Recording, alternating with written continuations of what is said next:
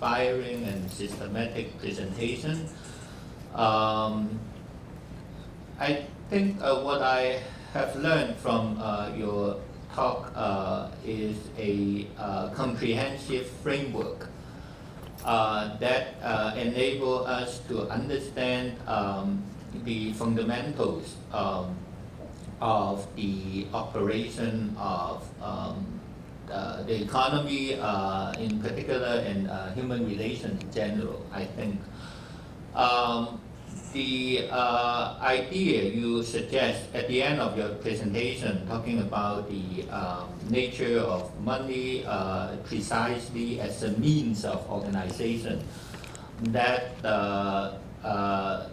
help articulating different group of people in terms of communicating with each other and also relating with each other, is just one specific way of organizing human connection. And there are various different ways of organizing human relationship, as you have shown in your wonderful systematic diagram in your PowerPoint presentation. Borrowing from Karl Polanyi, who is also a wonderful mentor of mine, and I admire him very much. The book you mentioned, if I remember it correctly, I also read one of the articles in that book called The Economy as an Instituted Process, in which it talks about the different kinds of money. For instance, I mean, the purpose of multi-purpose money in terms of for accounting purpose, for calculating, and also for as a means of exchange. That also mapped beautifully, I mean, with the diagram you just present. And I also understand your intention of broaden up the imagination, our imagination of the possibility of organizing the contemporary society. In fact, it is here, and it's existing, all this social relationship that you mentioned, for instance, reciprocity, redistribution, as well as like exchange. They are all here and now, and also in history. So if we look closer enough and take it very seriously, we can find all this ingredient of alternative practices. It's already here. That I completely agree with you. And the problem, as you mentioned, perhaps has something to do with the ideological illusion that we have that blind us for seeing all these existing alternative or utopian in reality. I mean, if I can use this term. Now, but I think your diagram has something more than describing the different way of organizing the economy and organizing human relation. You also talk about the nature and the ecology. So it's a more fundamental encompass even the universe, not merely on human being, but going beyond that. So it's a more fundamental, and if I would say almost an ontological kind of understanding of how the universe exists and also operate. Now I also like your idea of this equilibrium, dynamic disequilibrium is the law instead of static equilibrium. If we want to understand economy precisely, that most mainstream economies trying to persuade us to believe, but this is incorrect. I mean, I completely agree with you. And I remember one of the prominent sociology like Fred Bloch, who is also a student of Karl Polanyi. He made a joke, this static equilibrium could only happen twice if we take a look at the clock. I mean, it's Yeah. like a broken clock. I mean, it only works correct twice, I mean, in 24 hours. So that's wonderful, and I have no problem at all, I mean, with the way you trying to help us to understand how the economy and also the nature and the universe have been operating on that level. Now, I just want to pose a few minor questions for hoping to understand more precisely some of the concepts you use, and I think it may help us to open it up even further and for a deeper understanding of the framework that you have presented. The first, now I also go along with your way of analysis that we have to look at the root or the fundamental of this scientific concept you use. The first set of questions has to do with the concept of science and ideology. Now, if I may ask, I just want, thank you very much, very nice. If I may ask the first thing, if you could elaborate a little bit more on the meaning of science and ideology, and as elaborate as you have done, I mean, for your way of understanding what capitalism is, for instance, in this diagram. Now, let me elaborate a little bit the meaning of my question. I get a sense of your understanding of science, which is the opposite, complete opposite of ideology, for instance. But there are different ways of understanding the term science or scientific investigation, I mean, for different branches of school and perspective. So, if possible, I would like to hear from you more on your version of science, which may be different from others, your version of ideology, which may be different from others. For instance, the earlier, one earlier version of ideology by D. Tracy, for instance. I mean, it's precisely his way of D. Tracy, French, D. Tracy. The way he understanding ideology, I mean, precisely he used this, the science of ideas. And that's the way he understanding ideology.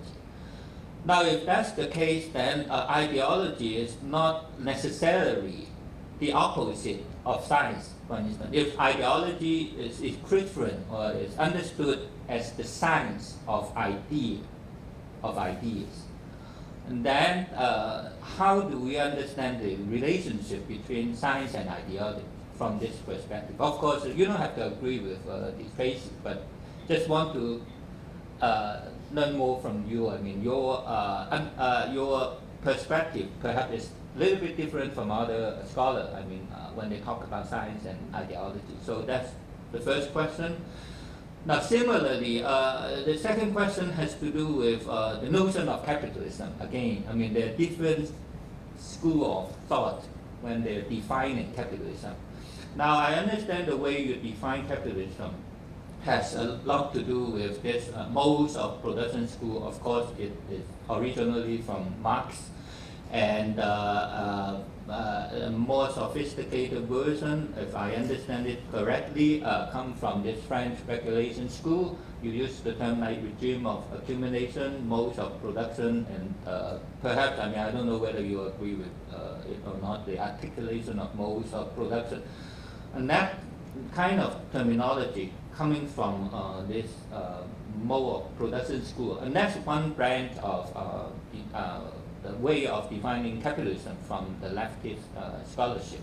Now, there are different ways of understanding capitalism. Like, for instance, Karl Polanyi, he rarely used the term capitalism. I mean, he used instead market economy vis-a-vis other modes of organization. Like, he used reciprocity, the redistribution, and so on and so forth. So there are different ways of understanding similar phenomenon, but from different theoretical. Now, of course, Fernand Braudel I mean, he used the 3 layers of understanding capitalism. So in his understanding, now he has no problem with market at all. I mean, the multi-layers of market. I mean, this market, multi-layers of market also fit perfectly well in your diagram. I mean, if it is depending on how we understand market relation. I mean, if we put it very broadly, I mean, reciprocity could be part of the market relation. I mean, now we are talking about exchange, a different way of exchange. And even within the high financial sector, now some anthropology, I mean, they study contemporary financial transaction. Within this financial transaction, among the social groups, like the agents, the commercial agents, dealers, their personal relations are not necessarily purely instrumental or utilitarianism.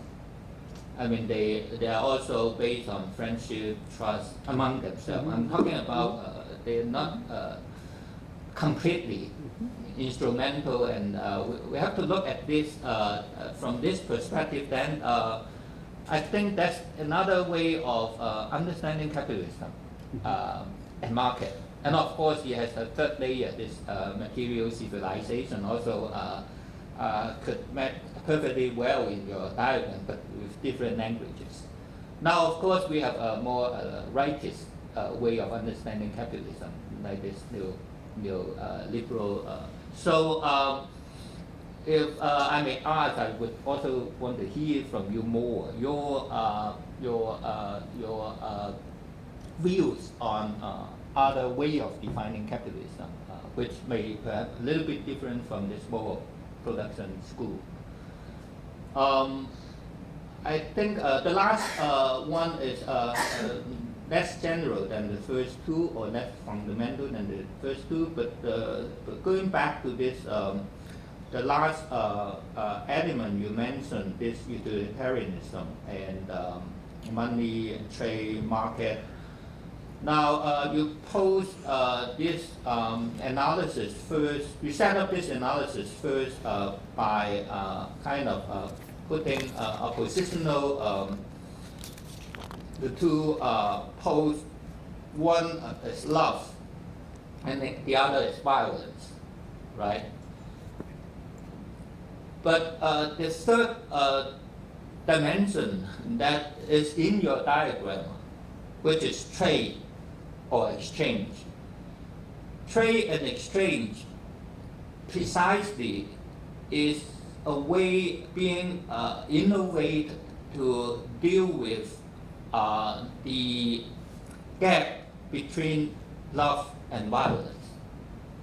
We don't have to completely apply oneself to the community of sameness, or loving each other, donating oneself to the whole group, sacrificing individual. That's one extreme. Or we don't have to go to the other extreme, killing each other and getting all the benefit. In between, people in a way invent trade to keep a distance between people. So that's another way of organizing. So I suspect, I mean, you are not completely want to eliminate trade or money. I mean, that's not your idea, I guess. But you're criticizing, I mean, the monopolization or the expansion of this realm and occupying or even eliminating other possible way of organizing human relations. So the problem is monopolization or elimination of other human relations. So the problem is not trade and market. I don't know whether this interpretation is correct or not. So those are the three minor questions for you. Yeah, sure. Okay, we need to wake up Darwis, because I need a strike in my flight to Quito, because I need at least one more month to discuss. No, those are very provocative and very rich questions, very pertinent, all of them. I think what is important is not to allow that words could become a labyrinth, a maze. Words must be a bridge, okay? So it doesn't matter if I call this Johnny. If you don't like capitalism, let's call it Johnny, or Charlie, or Joe, no? So the point is, sometimes we get entrapped in nominalists discussions. What is important, and I think that this is my definition of science, and it's very useful, Erebus' distinction between science and scientificism, you know, because scientificism is another manipulation, another trick to get the higher moral ground. You know, I am scientific, you are not. So you feel superior and you dequalify interlocutors. No, for me precisely the idea, what qualifies scientificism is not the truth, because nobody has the monopoly of truth. And nobody could be sure, and the truth itself is not static. You are in a permanent walking towards the truth. You are searching for truth. Beware of the people that have found the truth by principle. No. So the point of science is precisely the road to the methodology and the possibility of talking. If you talk about ideology, for example, there is a joke saying in a mental house, okay, one of the patients say, okay, I was sent by God. The other, no, I was sent by God. The third one, no, you are wrong. I was sent by God. The fourth one said, what happens with you? What's wrong with you? I haven't sent any one of you. So that joke puts in the real terms what is the danger of having this type of authority principles. You know, scholastics, the Magister Dixit, was very wrong for the Catholic Church in the 12th century. Is absolutely lame for the left in the 21st century. You know. So the point is, I believe the notion of ideology. Marx has a very interesting elaboration around this, based upon Bacon, idola fori, idola tribo, idola theater, but also moreover on Spinoza.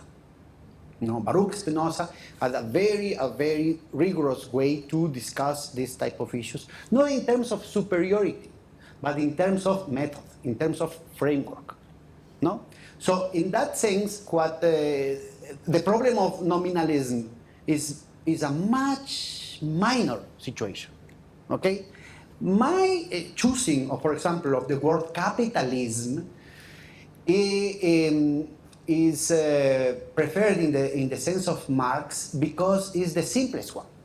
You know, under any definition, even the right wing, everybody accepts that capitalism is money that claims for more money. Then you have more definitions. But the most elemental, the common ground in everybody is money that claims more money. Fred Flintstone assumes that capitalism was the stick and the stone. Yeah, but that is an aberration, you know? So that is why I think that the methodology that allows us to have a civil conversation is to go to the roots, is to see things in perspective. If you don't like the word capitalism, it doesn't matter, but be careful. For example, if you call capitalism equal to market, you are losing a lot. You know, market existed way before capitalism. So that is an ideological in the sense of idola fori, in the sense of manipulation, in the sense of distortion, in the sense of explicit intention of misleading. They say market economy is the same that capitalist economy, knowing, explicitly knowing that they historical, in time and space, you have first market and then capitalism. Look, as we were talking, you do not produce, for millions of years, humankind, of what becomes human, make an effort to obtain food because he was or she was hungry. Okay? In the development of the human community, after the process of hominization of humankind and the humanization of nature, at some point, that is not enough. You could be hungry, but if you do not find a market, you don't have potatoes. But in the development of the market, it becomes a point in which if you have a market, that is not enough. You could be hungry and you could have a market. But if this market is not profitable, it's not working. Potatoes are not going to be produced. It's such elemental. The names, we can change the names. It doesn't matter. What is important is to understand the phenomenon, is to understand the rationality, is to understand the social regularities. Because behind each one of these, the whole discussion about market socialism or not. Market is capitalism. That is false. You could have market relationships without capitalism. It is impossible the opposite. You cannot have capitalism without market. That is why it's so important, the genetics.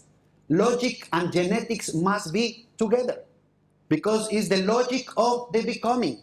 That is why Aristotle is not enough. Formal logic is not enough to understand this. Because I'm living, and at the same time, I'm dying.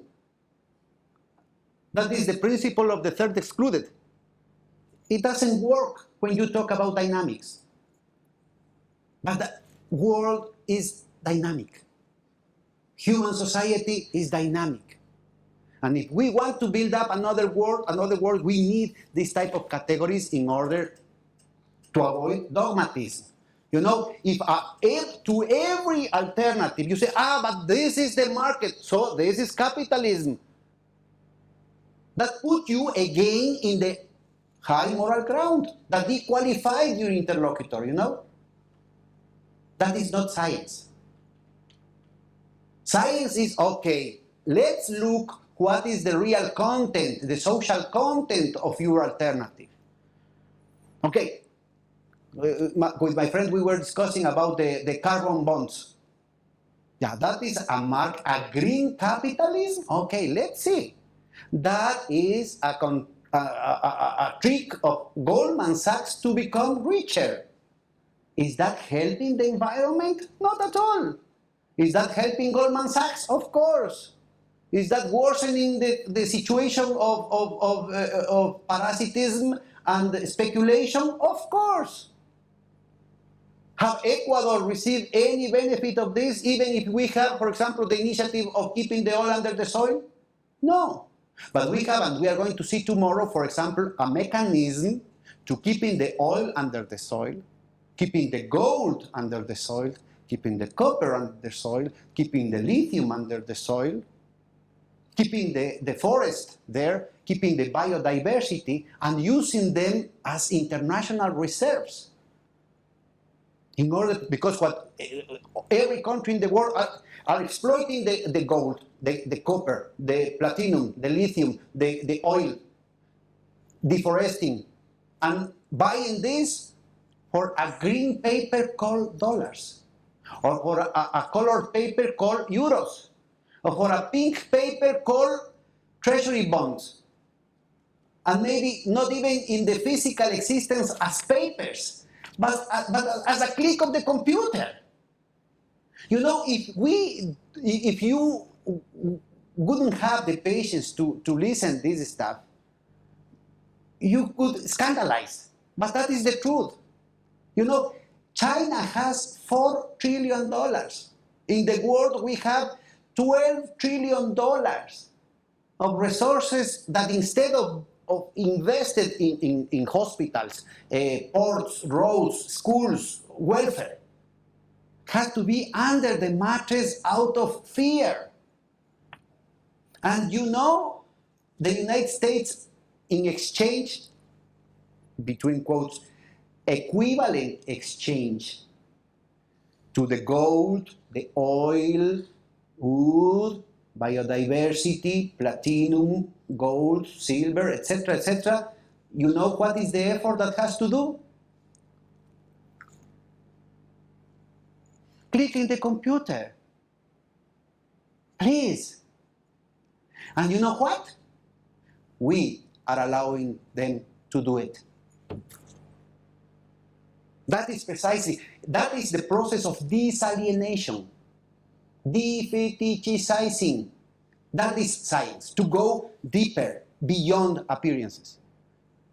And this is something that of course, you can discuss everything, but it is arguable, is overwhelming the evidence that you have this.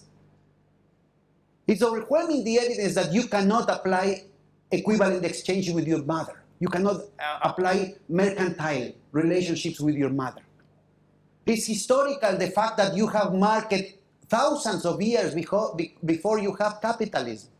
And you have capital before you have capitalism. Because it was a historical process with a specific specific coordinates in time and space that produced the fact that the capital logic penetrate the labor process. So those are scientific. It doesn't matter what is the name that you put. So utilitarianism, and that is precisely the contribution, not only Polanyi, much more important is René Girard, Lévi-Strauss, Claude Lévi-Strauss, Marcel Mauss, Maurice Godelier. That is why I put the yin-yang, the dialectics. It is absolutely impossible to deploy efficient utilitarianism without all the context that you have invisibilized. You don't see it, but if you do not have, you cannot work as an efficient capitalist, as an efficient utilitarian operators without being surrendered by all these other relationships of friendship, of human relationships. That's the course of capitalism, you know? That is why when capitalism has conquered, has penetrated every single aspect of our lives, has penetrated nature, has penetrated relationships, has religion, has penetrated sentimental relationships, has penetrated our sex lives. Capitalism is extinguishing the moral sources from which it could work. That is precisely the dialectics. So it won't happen. No, it's happening, but it's limit. No, but it is not automatic. What I'm trying to say is that this type of pathology is only going to worsen. That is a scientific situation. You know, it could appear, oh, love. That was your other question. Ah, love. Let's put some violins here. You are so naive. No. You can find, and that was including, that is the type of ideological bias that you have in terms of biologists, dietologists, no? Konrad Lorenz was ex-fascist, no? Former fascist. So he founded ethology. So at the beginning, they used as a pattern, as a reference point, the chimpanzee's life. So it was only recently, in the middle of the hippie revolution, that appeared another variety of chimpanzees, that finally it was another species, the bonobos.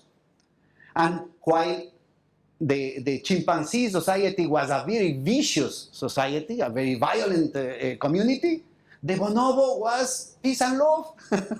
So you have plenty of contamination. That is not science. That is scientificism. you know? So that is why, if you put attention to the real conditions of evolution, you can find a constant in the case of human evolution. That is not war. You can take, logically, you can take out the interspecies violence, and you still have possibilities of development. Of course, if you have a restriction, for example, if you have an apocalyptic horizon, tomorrow the resources are going to end up, of course, you don't have any option but to kill each other. And that is precisely the oligarchy agenda to contaminate our moral reserves, to divide us, to poison us, because there is no hope. Humankind is a shit.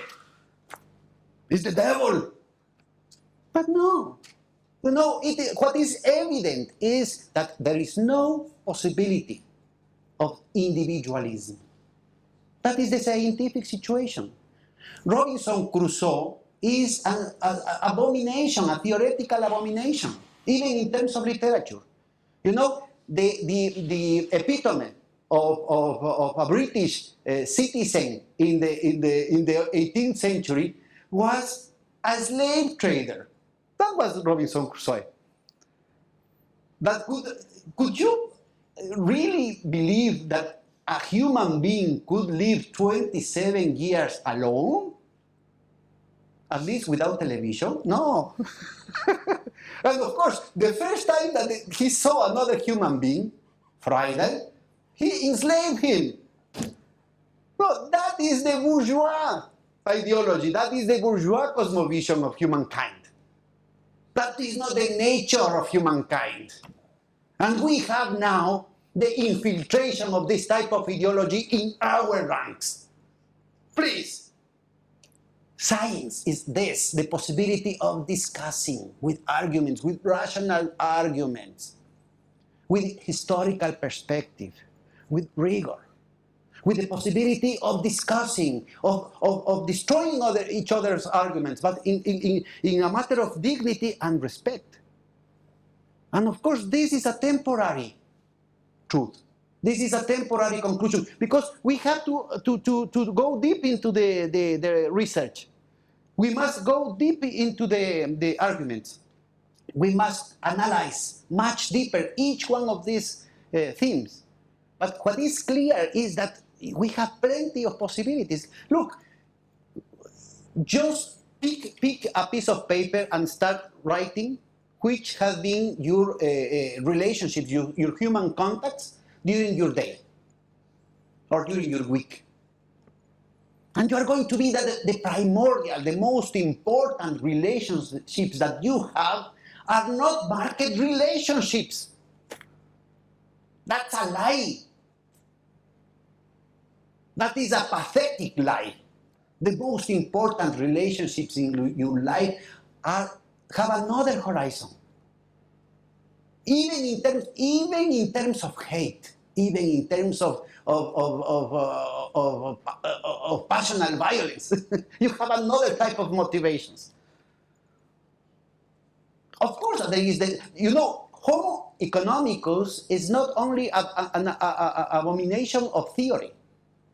It's an abomination of reality, because the system makes you such an abomination. Of course that you could have capitalists that are generous, humanists. Engels himself, he was a capitalist. Marx was the nephew of the founder of the Philips Empire. And he married a princess that, as part of the dowry, had a servant by birth. And they were starving. They lost a couple of childs, a couple of kids, one at least directly starving. But the servant never abandoned them because they love each other. And even somebody says that even sexually. That's human. That is the richness and the unpredictability of human relationships. But then the horizon of research, the horizon of exploration, but also the horizon of possibilities is totally different.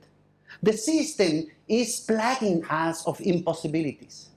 Again, the most important conquest of empire is the territory between our two ears. You are trained, you are permanently bombarded by impossibilities everywhere. You cannot do that, you cannot do that, you cannot do that. Science is precisely the opposite, to destroy those impossibilities, to think out of the box, and to emancipate yourself. If you have any rule, any methodology that submits you, that enslaves you into any kind of dogmatisms, into any kind of prejudice, into any kind of pessimism, that is not science. That is ideology. And finally, just the last one, trade. The problem, the scheme that I wanted to present there is precisely to see that there is no way to eliminate one factor or the other. That is the subjacent nature. That is why, because we come from that process. We reconstruct in every new stage of human civilization. We rebuild, re-significate, re-articulate, reorder the same elements, but they are present all the time. So I'm not talking that capitalism is going to be perennial. I'm not talking that market is going to be eternal. What I'm talking is that equivalent exchanges are going to be present in one way or in another. But capitalism and market and the way of being capitalism, the regimes of accumulation, are historically determined. And even spatial determined. Center and periphery and semi-periphery. So you have plenty of instruments to analyze, and at the same time, plenty of instruments to deploy a scientific activity against the system. That was it. Thank you.